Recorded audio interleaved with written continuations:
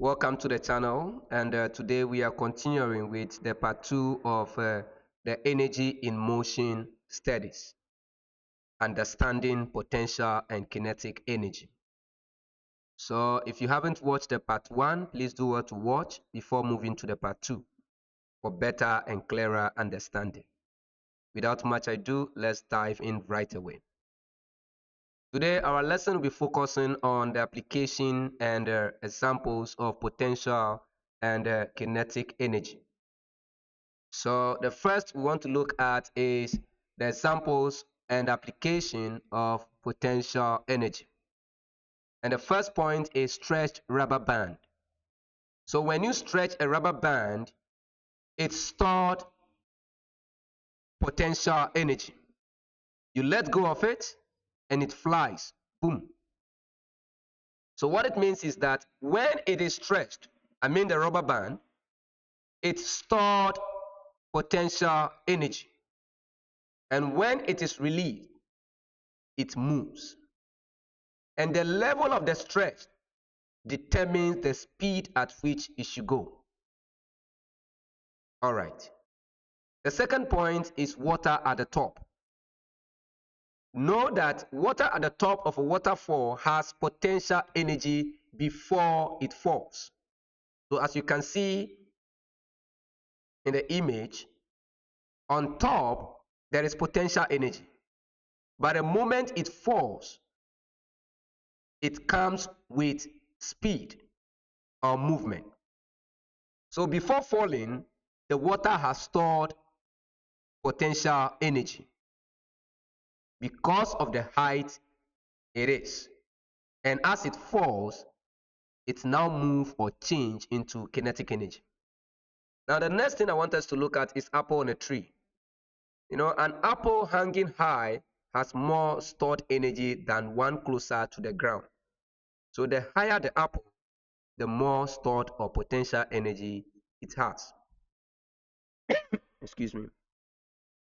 So let's look at examples of kinetic energy. This is an example or examples of potential energy. So let's proceed to look at examples of kinetic energy. We have the rolling ball. A soccer ball rolling across the field has kinetic energy. We have the flying bird. A bird flapping its wings uses energy to move through the air. And then we also have the spinning windmill. The wind pushes the blades, turning into motion energy. So these are some of the examples of what? Of kinetic energy. And all these things involve motion. So they are examples of what? Kinetic energy. All right. So what are some of the factors or things that affect potential energy? The first one we want to look at is the height of the object. As we established earlier, the higher the object, the more potential energy it has. And the heavier the object, the more stored energy it has. When you consider or compare a tennis ball with a bowling ball, we realize that a bowling ball has more potential energy than a tennis ball because a bowling ball is heavier than tennis ball. And when you consider the apple on a tree, there are some that are of the height are higher as compared to the other. So those that are higher to the ground have more potential energy as compared to those that are lower or closer to the ground. These are some of the things that affect potential energy. So it tells you that the higher the object, the more potential energy it has, and the heavier the object, the more potential energy is stored.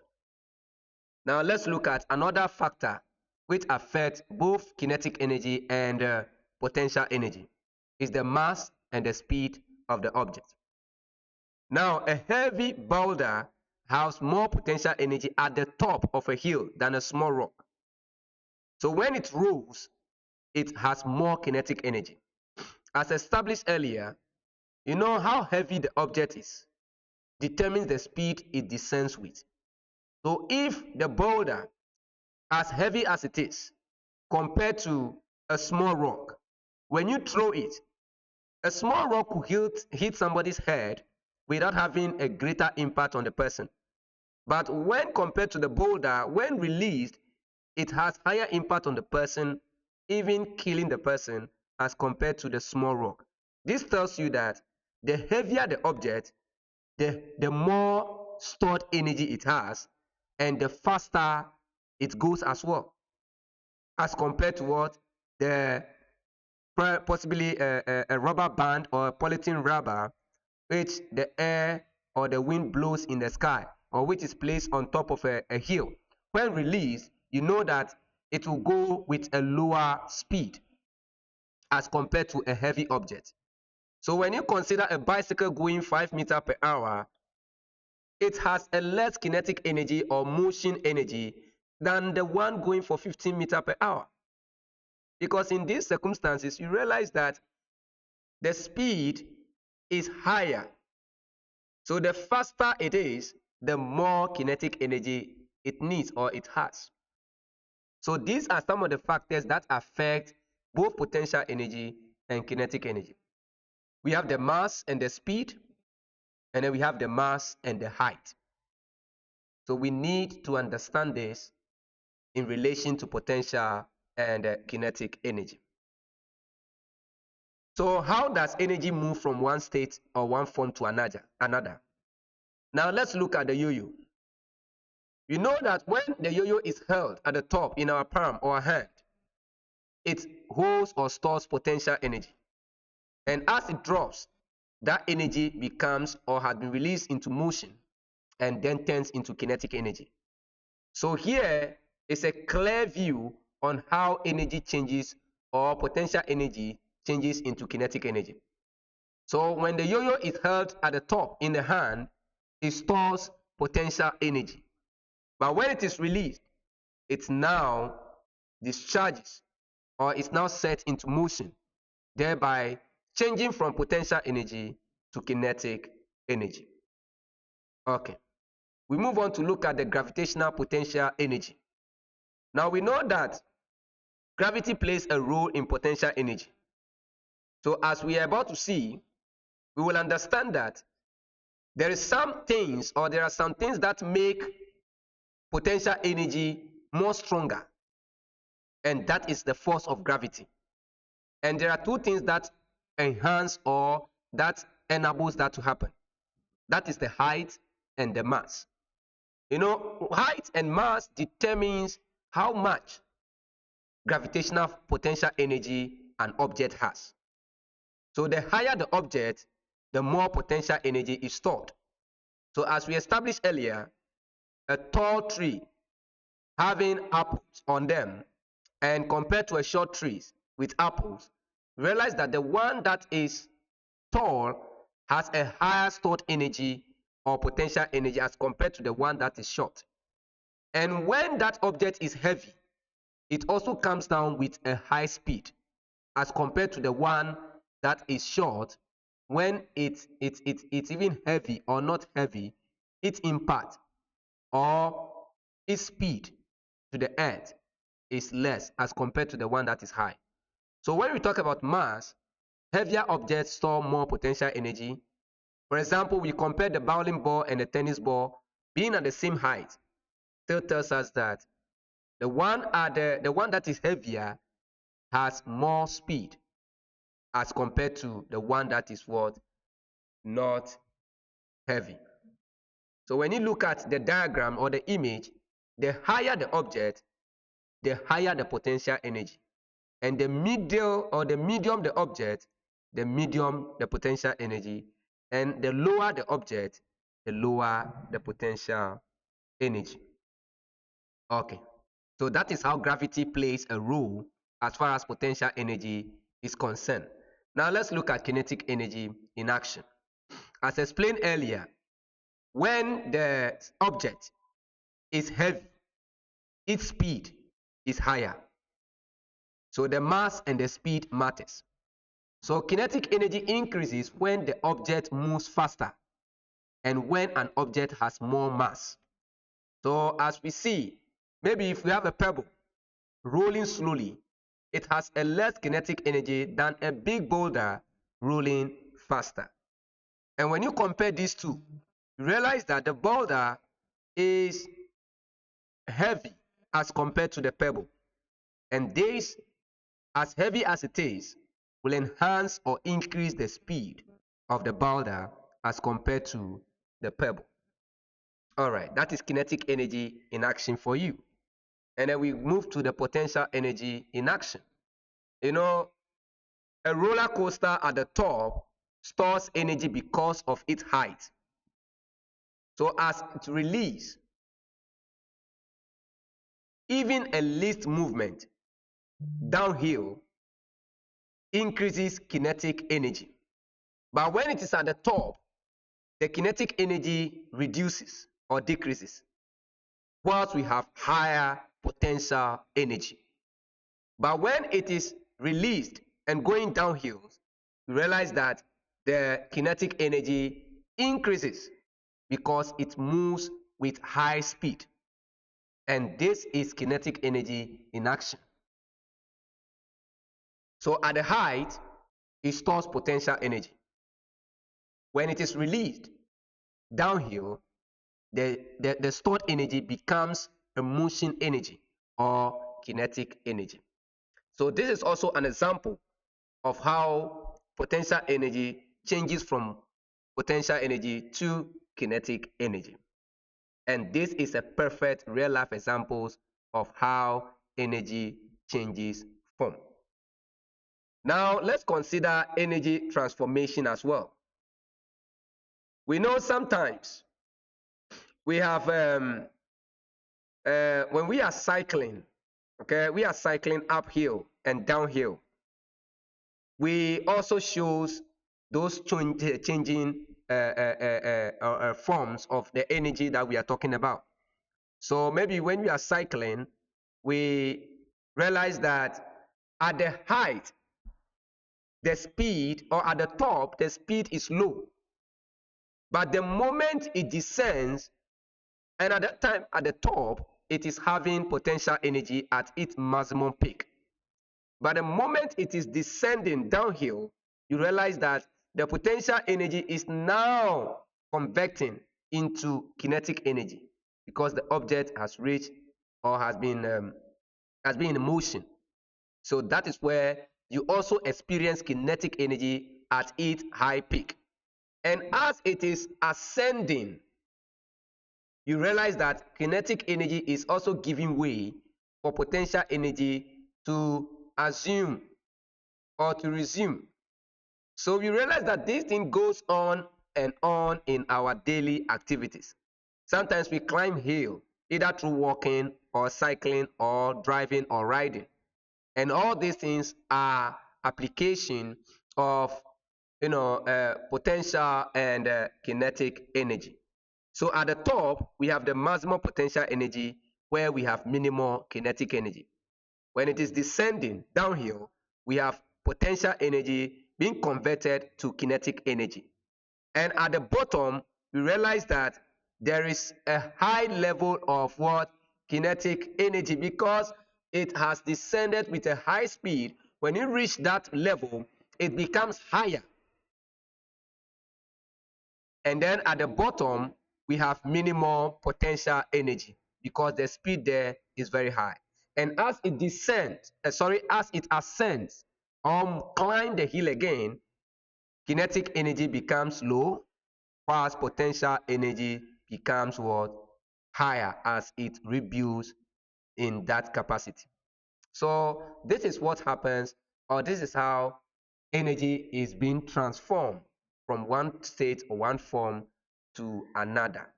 All right, brethren, high versus low energy.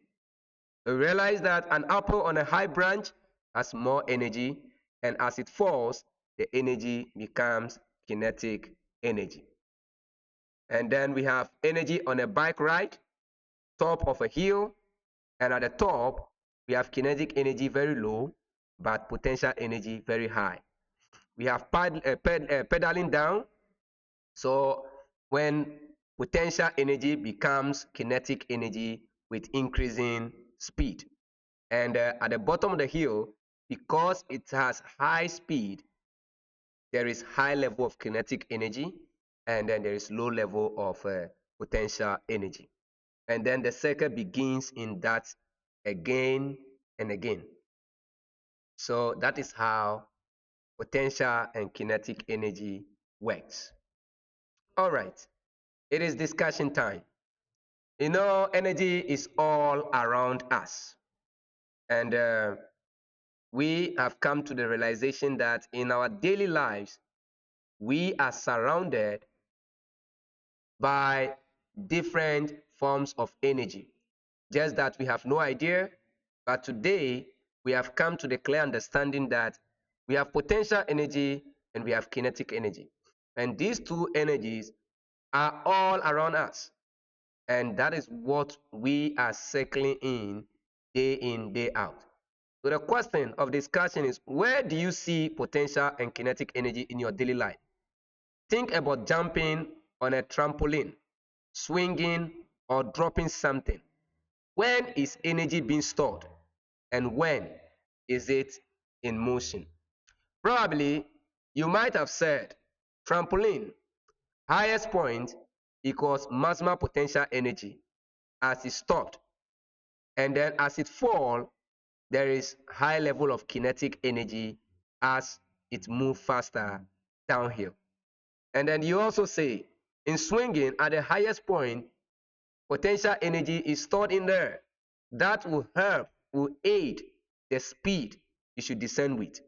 So at the highest point, we have high level of potential energy, and as you are zooming down, there is high level of kinetic energy. Then this is another part of the discussion. We have the skate park signs. And the question is, where does a skateboard or boarder have the most potential energy? Where do they have the most kinetic energy? So as in the image, probably you might have said at the top of the half pipe, because they are the highest off the ground, you realize that the, how do you call it, potential energy will be high. And at the bottom of the half pipe, because they are moving the fastest, you will say it is kinetic energy exerting out there. When going up or down the ramp, they have a mix of both energies. So when they are going up or down the ramp, they have a mix of both energies. So higher potential, lower kinetic. Higher potential, lower kinetic. So all these things are around us, and we have been working with them day in, day out. Another point for discussion is fueling the move. Where does the energy in your body come from? How does it turn into movement when you play sports? Think about potential energy from food and kinetic energy in action. So as you can see in the image, the young lady is running. What is fueling that move? You might have said, from the food I eat, like breakfast or snacks, because my body breaks it down for energy. So when I run or jump, the energy from food helps my muscles move. Like when I play basketball, I use that stored energy to sprint and dunk the ball. So this is energy all around us, brethren. And we have seen that energy is part of everything we do. And energy is all around and keep changing. From play to transportation, you use energy transformation every blessed day. At the highest point, when you swing, you have the most potential energy, and at the lowest point, you are moving faster. You have the most kinetic energy. Dropping a phone, as it falls, potential energy becomes kinetic energy. And jumping a rope, your body stores energy. When you rise, then releases it as motion when you fall. Even just walking uses constant shift between stored and what moving energy. So these are very crucial things that we need to understand. And all these points summarize the lesson for today. So brethren, Energy is always changing. Energy is never created nor destroyed. It only changes from form, or one form to another. Potential energy is stored energy as a result to its height or its position. Kinetic energy is energy in motion, and we realize that the more mass or speed, the more kinetic energy. And as potential energy decreases, kinetic energy increases, and vice versa. Brethren, thank you so much for joining me in today's episode. You have learned a lot. Today you learned that energy is never lost. We learned that potential energy is stored energy, kinetic energy is energy in motion, and energy is always changing forms around us.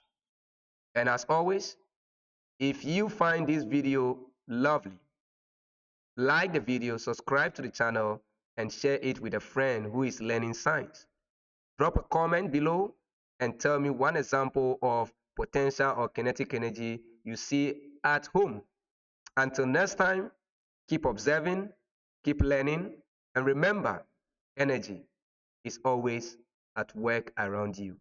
God bless you, and see you in our next video. Bye-bye.